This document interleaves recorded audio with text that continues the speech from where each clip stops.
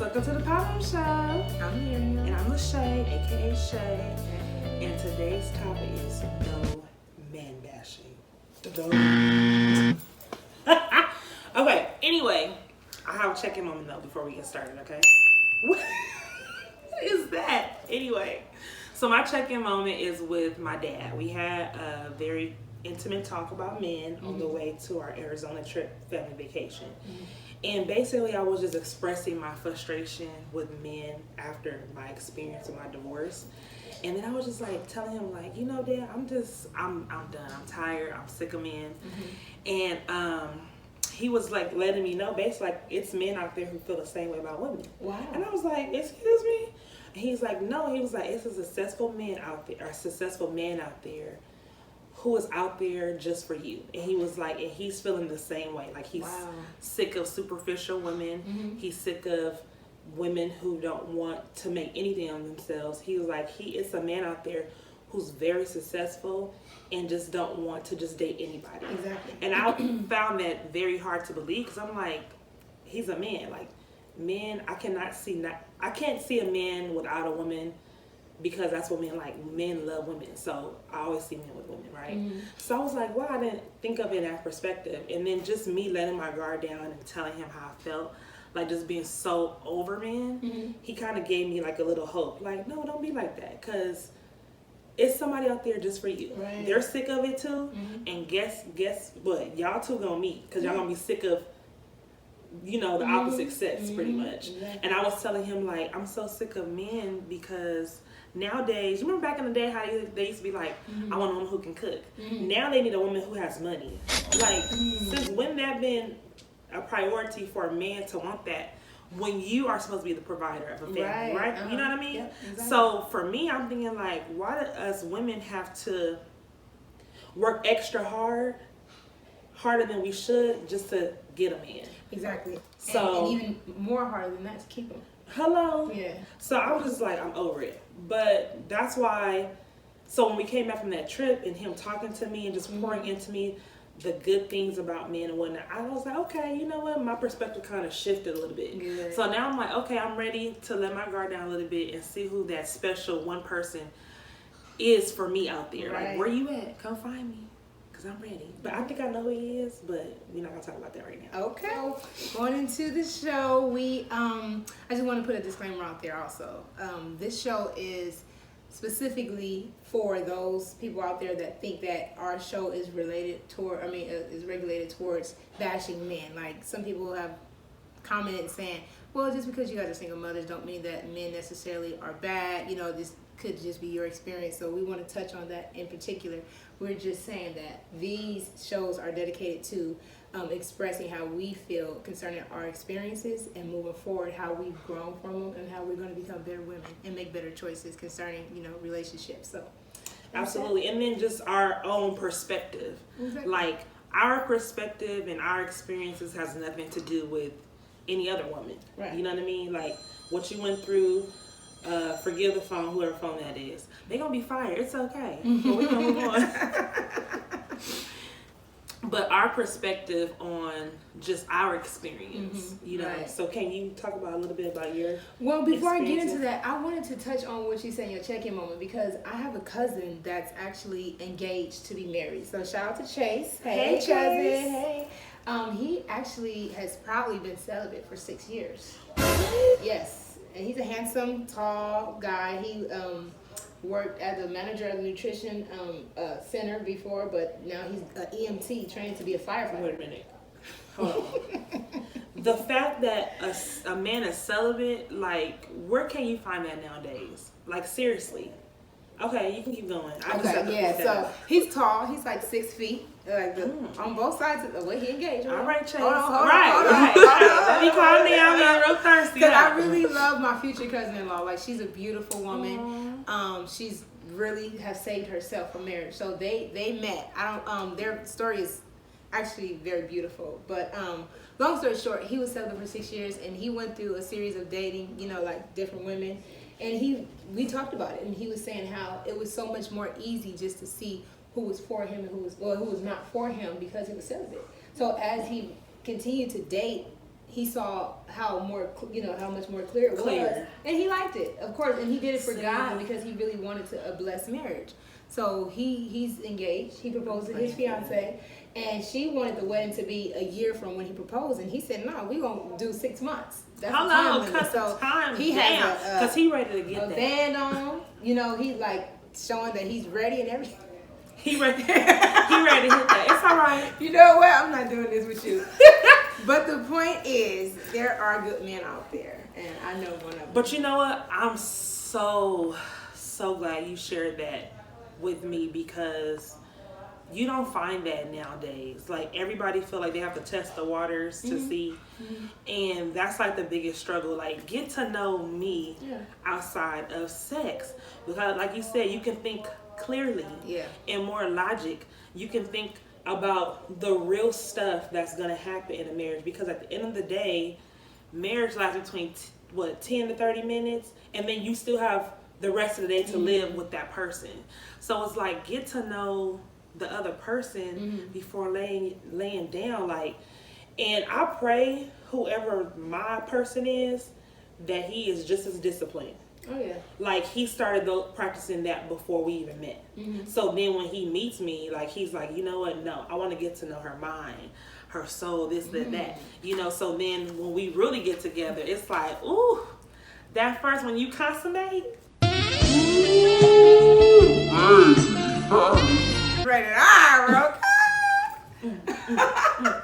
You know what I mean? Worship. That's active worship. How in between the sheets, if you know what I mean. But like, for real, like, why can't we? That's unheard of, especially in 2019. And how old is he? Is he an older man? He's 27. He'll be 28 this year. It ain't. And is he considered a millennial at 27? Yeah. Like, what millennial does that? Seriously, we can't even get 45-year-olds to do that. Okay. All right, let's move on, because I was just excited about it. Amen.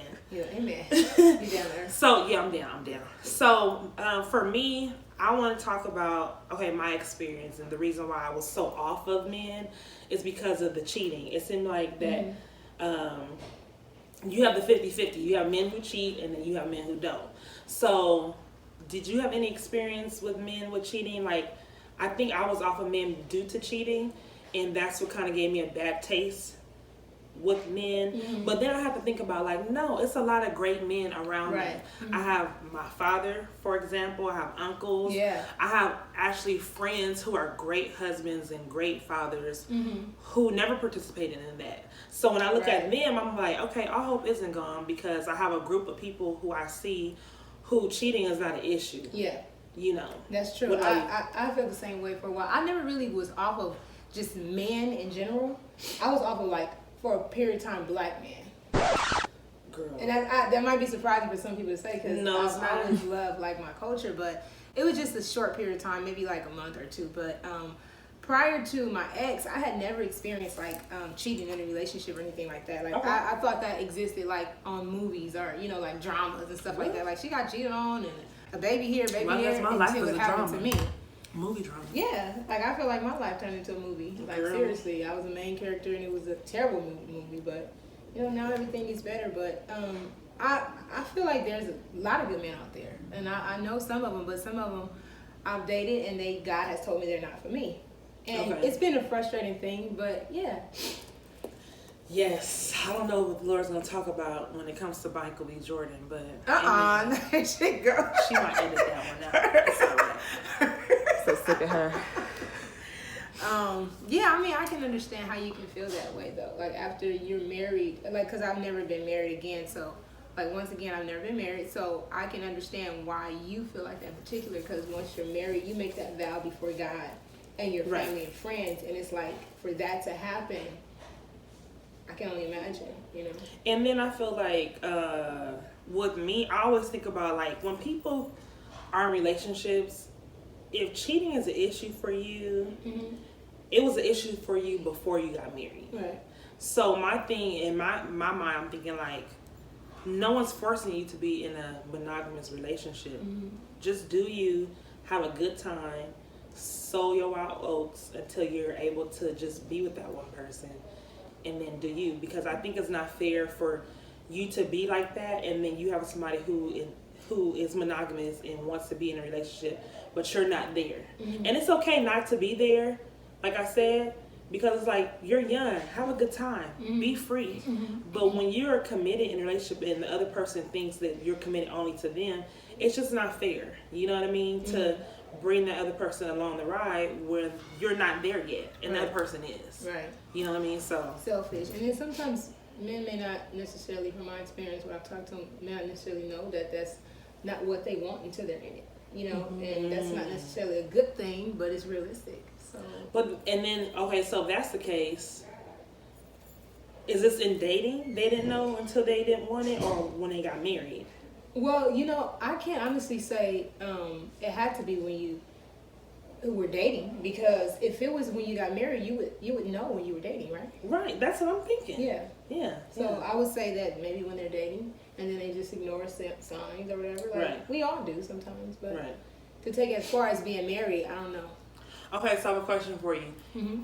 After your experience with your boyfriend, your kid's father, yeah, baby daddy, baby's daddy, I tried to stay away from that, but whatever. I don't like saying that. That's a little ghetto. But do you find yourself making better choices when it comes to men now? Yeah, I find myself making choices based on my old experiences. What had happened was, okay, so when I met my kid's father, he was not the type of guy I usually go for. He was more like a bad boy, and I had been dating guys that were like in college. That was, I can't say they had their own businesses at like in their early 20s, but they were like on their way, or they had like great ambitions and dreams. And he was kind of different. Like he had a good childhood, so to speak. But when he became an adult, he kind of didn't know what to do. So he kind of wilded out, whatever. And then I kind of went into this naive mindset, like, oh, like I can help him.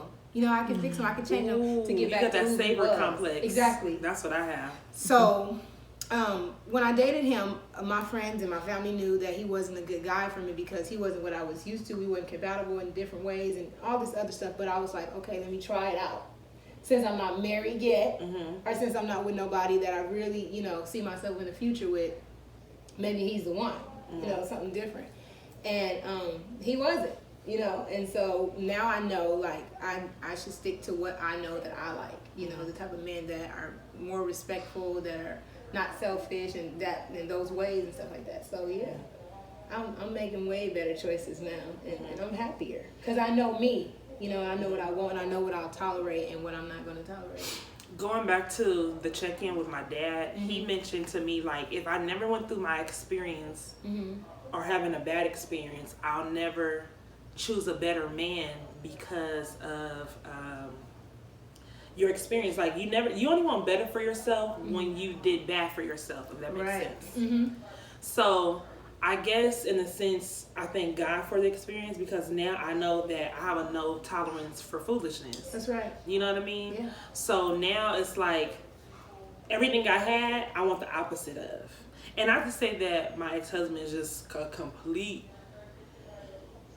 well, not to say he's a complete, like, you know, oh my, but because there was some qualities I did like about him, like his sense of humor and stuff. Like, I remember one time we laughed so hard, like, we were at my sister's prom, and he said, baby, let's come and gossip. And my cousin was just falling out, like, because that was like my gossip partner. But we laughed so much, but I have to realize, like, the little, like, high school stuff, like, he has a sense of humor and blah, blah, blah. Yeah. Like, that doesn't, like, don't get me wrong, I don't want no dry, dead guy, because I'm very loud, and I like to laugh, and I like to have a good time.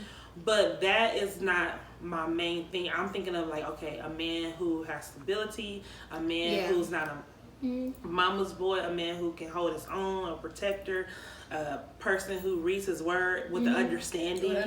You know what I mean? Like a person who's honest and who has integrity. Even when I'm not around, he has enough sense to say, like, even when I'm not around. You know what I mean? Like, he has a sense of, you know, like, no, I'm gonna hold it down. Like, just the list goes on of like everything I didn't have, I'm looking for in a man now. Yeah. And I know that it's some really good men out there who have that. Yeah. You know what I mean? Like, so the personality versus the characteristics. You absolutely. And character is everything, because when it's in you, it's in you. A cheater people always say like once a cheater, always a cheater.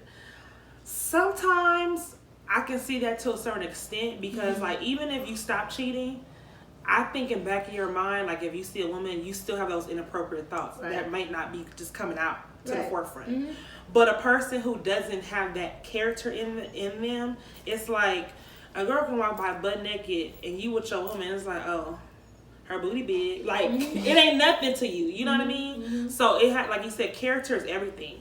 If your character is a little, a little off, it's like, okay, I need to step back a little bit. Right. Because, and then too, I'm just not in the mood to do the raise a man, build a bear. Oh yeah, build a bear, raise a man. Yeah. Seriously, like, and that's my experience. I felt like I had to teach all the time.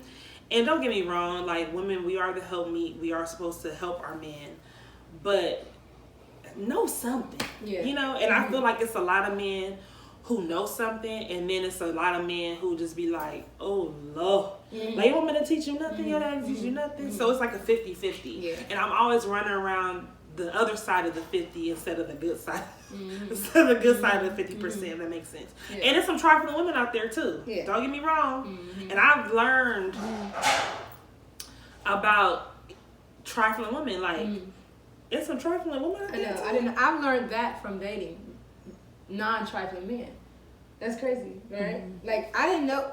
I was so naive, right? Like, I thought everything was fake. Like, when people be talking about, like, stuff like we talking about, like, trifling women, trifling men, cheating, and this and this and that, like, I thought it was fake, all movies. So, when I start, like, really analyzing things and talking to people, and, like, now that I'm, like, back dating and I have kids and a different perspective and stuff, when I talk to guys, even male friends or whatever, they'll tell me, like, yeah, I met this woman and she tried to do X, Y, and Z, like, give me for my money or whatever.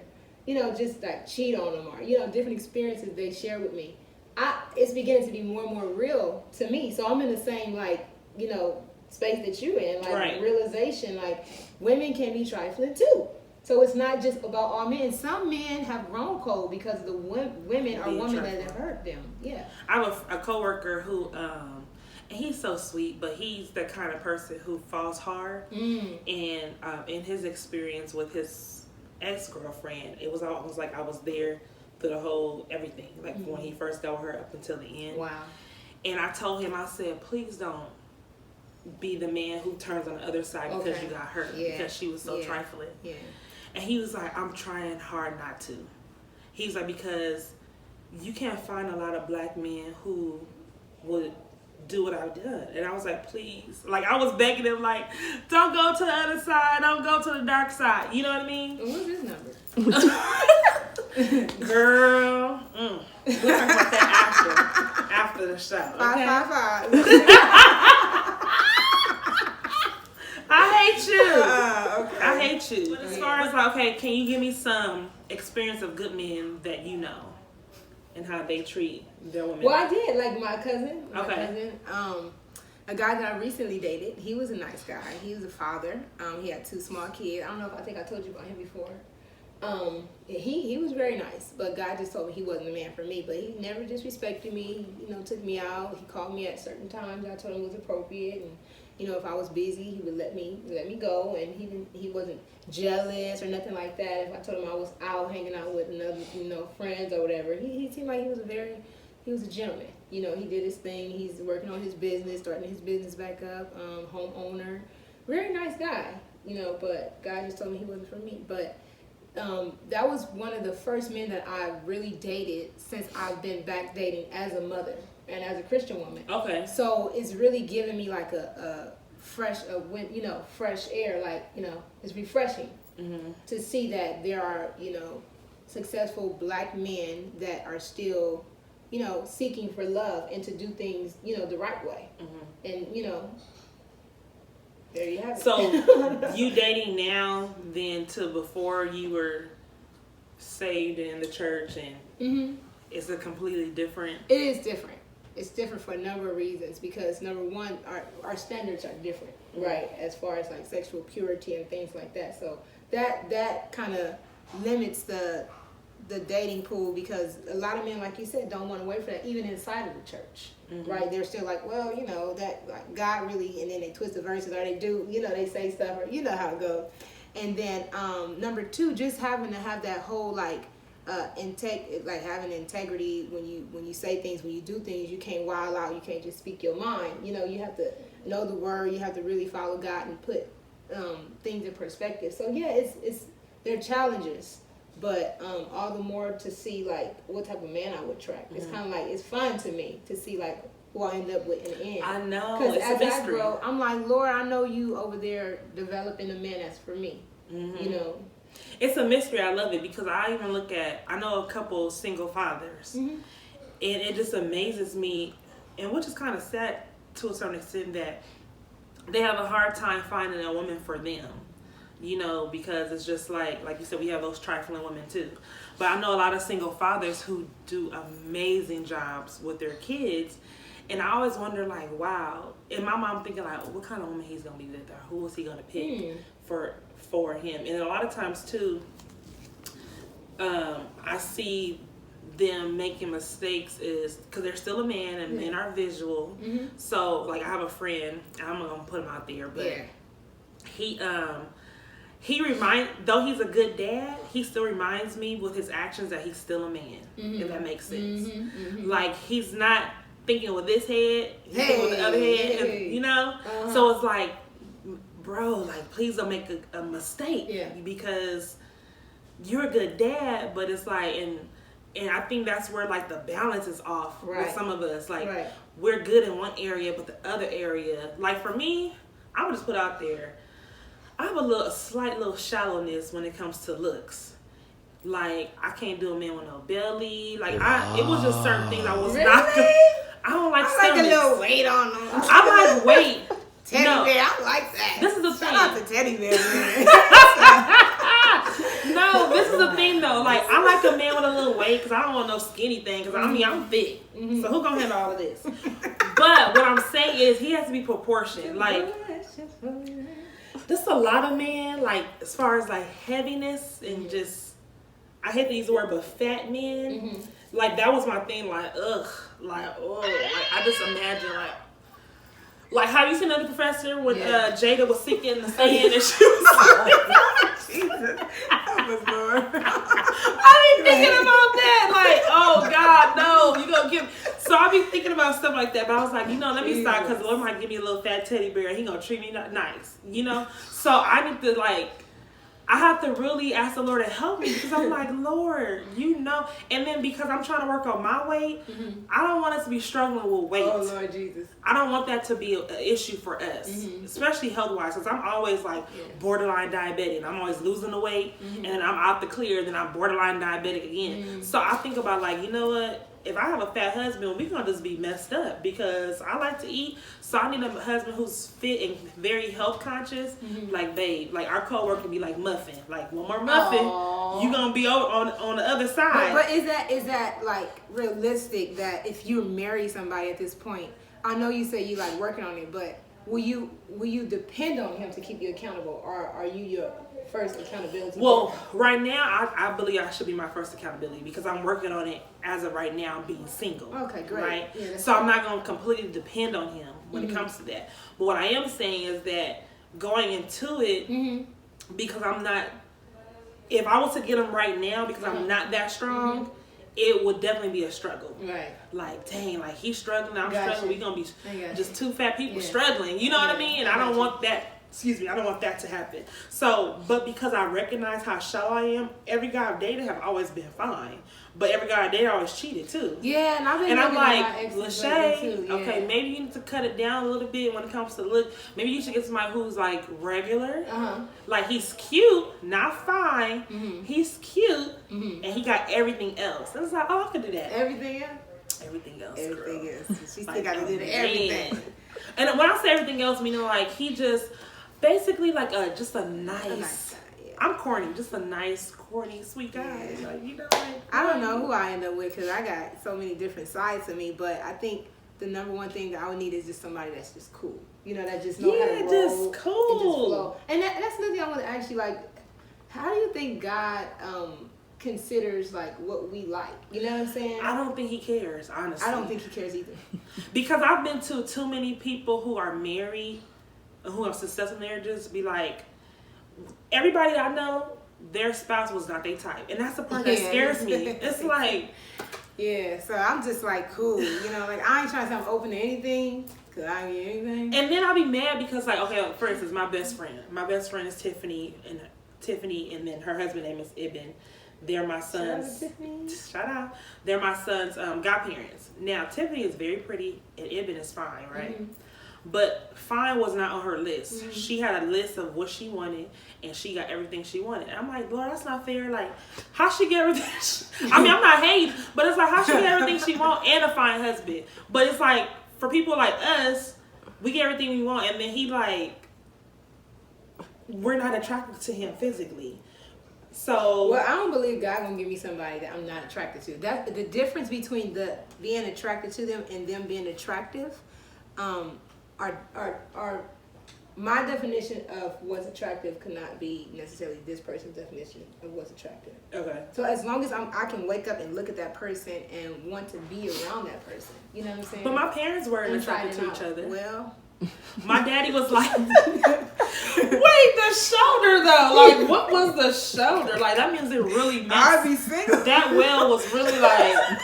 But look, though both of my parents were not attracted to each other, and though they weren't, they 30 years in successful. Like, they both had, like, my dad was like, oh, she big. Mom was like, oh, he's skinny, he goofy looking. Like, you know, like, they had, oh, her skin is bad. Back in the day, they said you learn to love them. Like, you learn to like them, and you learn to fall in love. But God told my daddy, that's your wife, and God told my mom, that's your husband. And now my mom think my dad's the finest thing walking. It's like, he regular.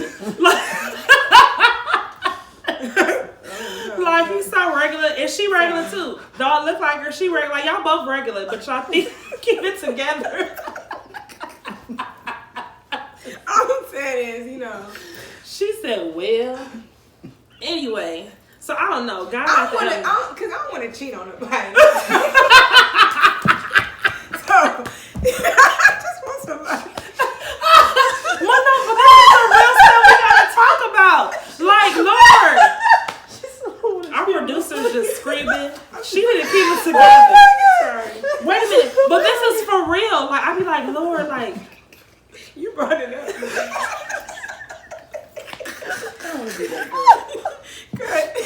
No, she said cut. Oh, God. No, but this is like real talk. Like, Lord, you gonna see me somebody ugly? And then you know how you, like, okay. No, you know how you look at somebody's profile, like when you sit next to them, you be looking at them, they not know that you staring at them, you be like, oh, he just ugly. Like, you know what I mean? Like, so, girl, she said, yeah, so, I don't want to cheat on nobody. That's just real talk. Yeah, I mean, and that's why I used to have to date fine men too. Like, but I started looking at my exes. One characteristic that I know all my exes have is they're pretty straight, cut and dry, like down to earth, straightforward men, like kind of serious, but they have like a lot of depth to them. You know. See, yeah. So that's one thing that I'm attracted to. When I say attracted, it don't necessarily have to be looks. You know, it's just, but physically, you know, all of them are different. I don't think I've ever dated the same guy twice. You know what I mean? Like, okay. In terms of looks and in terms of personality, in terms of characteristics, yeah, but in terms of like personality, like they all been kind of different. Does that make sense? Yeah. What I'm trying to say? Yeah, I get it. They have similar traits, but they're different. So, you know, I just feel that God will give us somebody according to what we need. Yeah. And then he will honor some likes too. Because I even let some people go, and they were so sweet. Yeah. But it was like certain little stuff like, oh, he got yellow stuff on his teeth. I can't do it. Yeah. Like, just stupid stuff. Superficial. And missing out on good men. It's like, okay, just teach him how to brush his teeth better. Let's show you. Yeah. Like, you know what I mean? Small things that could be altered. Yeah. Yeah. Like, and you know, people always say women dress men up. Like, they kind of make them better. So it's like, okay, if that's what I'm going to have to do, amen. You know. Yeah. But the Lord knows that she's still a little immature in that area. And that's why I feel like I'm not ready to him. So until then, when I let that go, and I'm getting a lot better. Yeah, when I let that go, it's like, okay, now she's ready. Now I can bring her whoever he is. But you know, I had a dream. I've been having a dream for like the past 4 years of this man. Well, maybe 3. Well, maybe 2. Maybe 3 or 2. Of this man with facial hair, but his face is always blurred out. And he's very fit. Okay. So whoever he is, he gonna have facial hair. He fit. But I don't know how his face. Well, look. maybe he gonna get fit after y'all get shit together. Don't Maybe do you- that. Don't do that. The- Don't do the me like Santa that. Claus. That's not what God said. Okay. That's not what he said. He didn't. But He you didn't don't show know the him timeline. big. You know the Exactly. time. It could That's be true. 10 years into y'all merge. Amen. Alrighty, Powder Puffs. So, in short, in closing, we just want you guys to remember that you just never know who God will send you. And if you're ready for love, you're open to love, love will come to you. But you have to know your experiences don't define, what's in front of you. There are great men out there. There are wonderful men that are waiting, that are saving themselves, or they're seeking for love, but they also are afraid to be hurt. So just keep that in mind. Trust God and just chill, relax, get to know you, love you, and be ready. Yes. I love that. Thank you. See you later, mommies.